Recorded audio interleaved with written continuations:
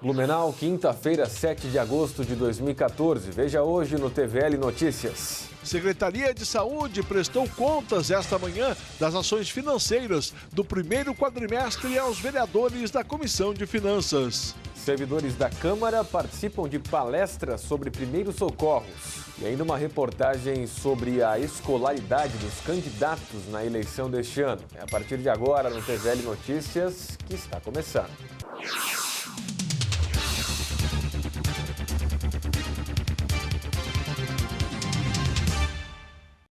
Duas moções tiveram aprovação do plenário da Câmara de Vereadores de Blumenau. Uma delas, de autoria do vereador Adriano Pereira, é destinada à Assembleia Legislativa do Estado e apoia o projeto de lei que visa dar transparência ao processo de escolha dos conselheiros do Tribunal de Contas aqui de Santa Catarina. A outra é uma moção de apelo à Casa Civil, aos Ministérios do Planejamento e das Cidades e à presidência também da Caixa Econômica Federal. A proposição do Legislativo pede a liberação dos recursos da implantação ou implementação do Programa Nacional de Habitação Rural aqui em Santa Catarina. Secretaria de Saúde apresenta relatório da aplicação de recursos no último quadrimestre. Prestação de contas foi na manhã de hoje no plenário da Câmara de Vereadores. A prestação de contas ocorreu aos vereadores membros da Comissão de Finanças, Orçamento, Tributação e Fiscalização da Casa. Quem fez as explanações aos parlamentares foi a secretária e o diretor administrativo financeiro da Secretaria de Saúde do município. Nós apresentamos as ações realizadas e também a questão financeira, de onde foram investidos os recursos, tanto estadual, federal e municipal, que vêm provenientes da saúde. É investido em torno de 16 milhões de reais mês, dos quais em torno de 8 milhões vem do Ministério da Saúde. E a Prefeitura entra com a contrapartida praticamente com mais 7 milhões e meio a 8 milhões também.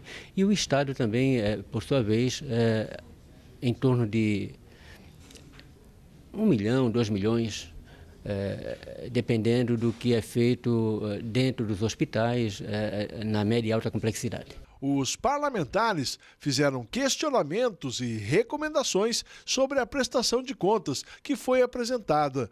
Eles avaliaram como positiva as explanações. Um questionamento aqui, a questão da ampliação do ESF, Estratégia de Saúde e Família nos bairros, de que quantas unidades vão ser implementadas, se há recurso para isso. Então, esse tipo de debate faz parte também da Comissão de Finanças e faz parte do processo dos vereadores, como legisladores e como fiscalizadores estarem juntos acompanhando, monitorando, visto que praticamente todos os municípios do Brasil, Blumenau não é diferente, aplicam muito mais do que a lei determina na saúde. A lei determina 15% e Blumenau já há muitos anos aplica mais de 24% dos recursos municipais na área de saúde. Os números foram muito importantes, nós aqui vamos continuar fazendo o acompanhamento dessas questões da saúde para que a gente possa não só cobrar a Secretaria de Saúde com relação às ações específicas aqui no município, mas também poder repassar essas informações à comunidade que nos cobra muito essas questões. Os vereadores aprovaram um requerimento de autoria do vereador Mário Hildebrand, que questiona o CETERB se existem trocadores para bebês nos banheiros dos terminais de ônibus. A proposição solicita a instalação nos terminais que não contam com a mesa de troca e a manutenção dos equipamentos que já existem. Segundo o vereador Mário Hildebrand, ele justificou que tem recebido reclamações da inexistência ou do mau estado de conservação dos referidos trocadores. E acompanhe em instantes. Servidores da Câmara participam de palestras sobre primeiros socorros. E ainda uma reportagem sobre a escolaridade dos candidatos na eleição de outubro. Um minuto, nós já voltamos.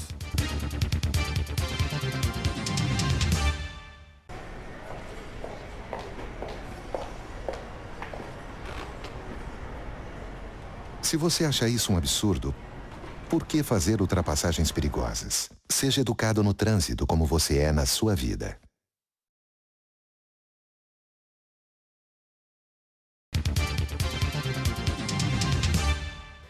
Estamos de volta com o TVL Notícias. Além das lombadas eletrônicas, 2 radares móveis também devem entrar em funcionamento em setembro, mês que vem, aqui em Blumenau. Um pregão nesta semana definiu a empresa que vai locar os aparelhos para o CETERB pelo período de 1 ano. A previsão da autarquia é de que os radares comecem a funcionar junto com as 4 lombadas eletrônicas durante a Semana Nacional de Trânsito, que é entre os dias 18 e 25 do mês que vem. Agora vamos falar de eleições 2014. A reportagem do Tribunal Superior Eleitoral preparou uma matéria sobre a escolaridade dos candidatos. Quase metade dos homens e mulheres que vão concorrer a um cargo público em outubro tem nível superior completo. Acompanhe agora a matéria.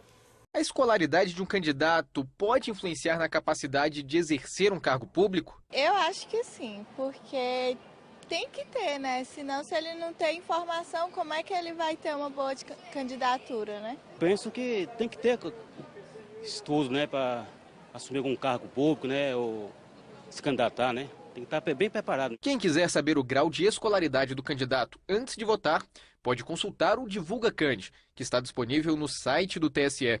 Até o dia 31 de julho, o sistema revelava que 11.615 candidatos declararam ter concluído o curso superior, o equivalente a 45,61% do total. 7.632 declararam ter nível médio completo. 260 candidatos, ou 1% do total, disseram que apenas leem e escrevem. A maior porcentagem de candidatos com nível superior completo está entre os concorrentes ao Palácio do Planalto. Dos 11 candidatos à presidência da República, 9 declararam ter terminado a faculdade, número correspondente a 81% do total. Supostamente todos são iguais perante a lei.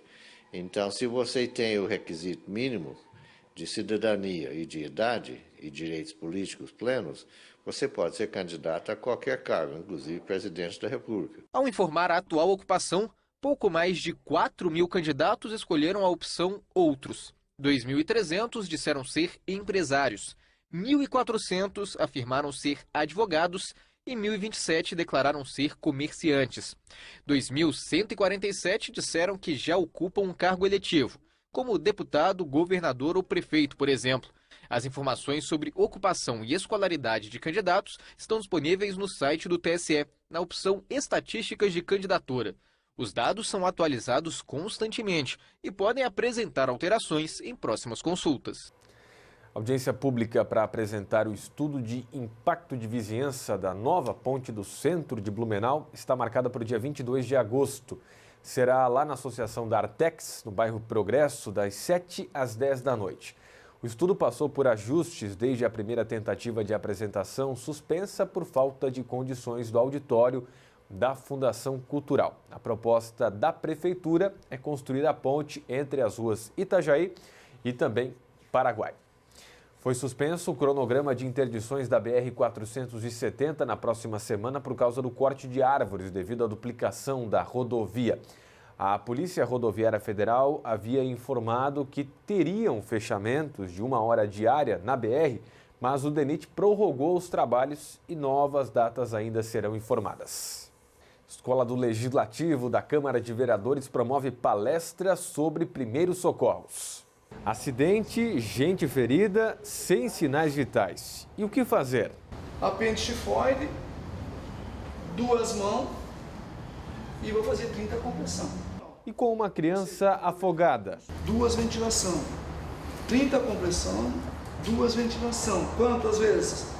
5 vezes. Mas para tudo isso é necessário conhecimento. Provavelmente ia chamar só os bombeiros, porque realmente eu não sei nenhum tipo de procedimento, como fazer. Talvez até ia piorar a situação da pessoa. Em alguns momentos pode piorar, né? É, verdade. Se alguém estivesse passando mal, desmaiasse na rua, saberia o que fazer também? Não, também não. A pessoa, ela sofre um traumatismo, a dica é não mexer na pessoa, deixar ela ali como está. Esperar o bombeiro chegar. O bombeiro chegar, o socorro chegar adequado para poder fazer os primeiros socorros.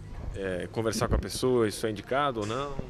Tu achas? Sim, eu acredito que sim, conversar, tranquilizar, né? Falar para ela ficar quietinha, não se mexer. Não, nunca aconteceu por enquanto. Saberia o que fazer numa situação de acidente, por exemplo? Não, não saberia. Não. Ficaria mais apavorada do que acidentada ou não? Ficaria, provavelmente, por isso que é bom estar participando dessa palestra. A palestra sobre primeiros socorros foi promovida pela Escola do Legislativo Fritz Miller nesta quarta-feira para servidores dos turnos matutino e vespertino. Dicas e orientações do Corpo de Bombeiros que podem salvar vidas. O importante é exatamente o que nós vimos hoje, é você saber fazer a avaliação inicial.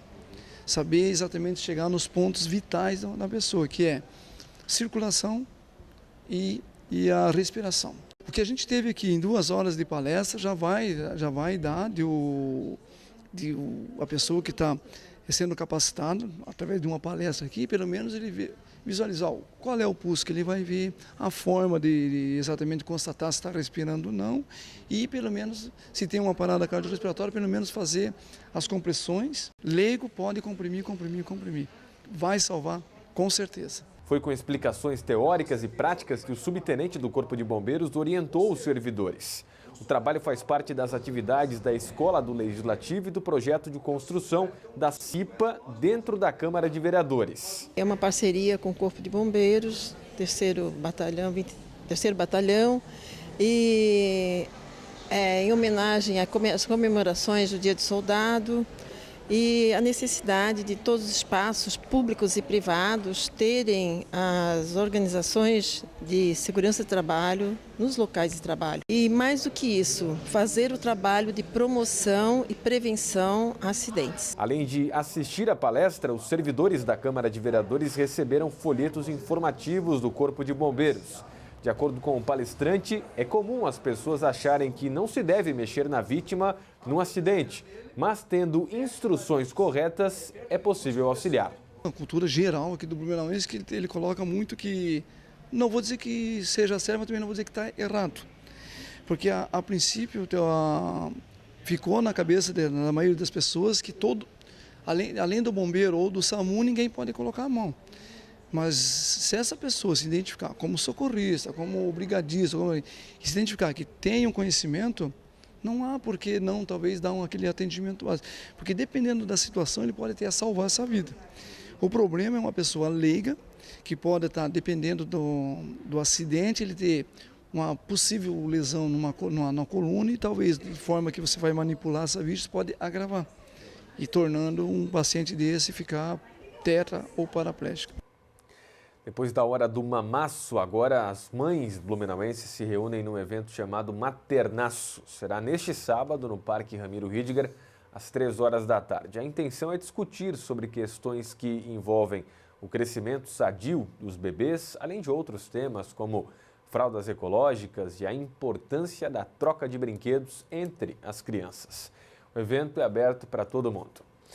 Começa hoje a 3ª temporada de exposições no Museu de Arte aqui de Blumenau, o MAB. A programação inicia às 7 da noite de hoje com o lançamento de livros e também a tradicional conversa com os próprios artistas. A atração musical será a Banda Municipal, que vai apresentar no MAB parte do repertório do show dos 52 anos.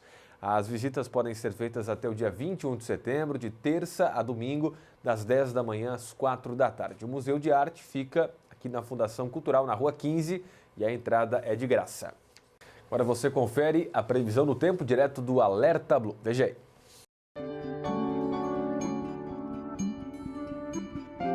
Esta quinta-feira o dia inicia com condições típicas pré-frontais que favorecem o aumento da temperatura, os ventos viram de quadrante norte, isso faz com que ocorra aí um aumento de nebulosidade aqui para o Vale do Itajaí e elevação nas temperaturas, principalmente durante o período da tarde. As temperaturas ficam entre 24 e 26 graus, né, a máxima no dia de hoje, e no final do dia, uma frente fria, ela avança próximo ao litoral de Santa Catarina, né, pelo mar, se desloca pelo mar, próximo ao litoral de Santa Catarina, e isso vai ocasionar aumento de nebulosidade, principalmente no período da noite de hoje, com chances de chuva fraca e isolada no município de Blumenau. Tassiana Menezes Weber, meteorologista do Alerta Blue, com as informações do tempo. Foi em 1973 que veio a Blumenau o ministro das Comunicações, o coronel Higino Caetano Corsetti. Ele foi recepcionado no aeroporto Quero-Quero pelo prefeito Félix Tais, acompanhado da primeira-dama, Murita Tais, entre outras autoridades locais da época que a gente vê aí na imagem. Foi uma visita ilustre que está registrada no Arquivo Histórico de Blumenau. Antes de encerrar, a gente lembra que a reportagem da sessão ordinária que aconteceu hoje na Câmara de Vereadores, você vai ver amanhã aqui no TVL Notícias. Na internet você encontra mais informações do Poder Legislativo Municipal. Muito obrigado pela sua companhia, uma ótima quinta-feira para você e até a nossa próxima edição. Até lá!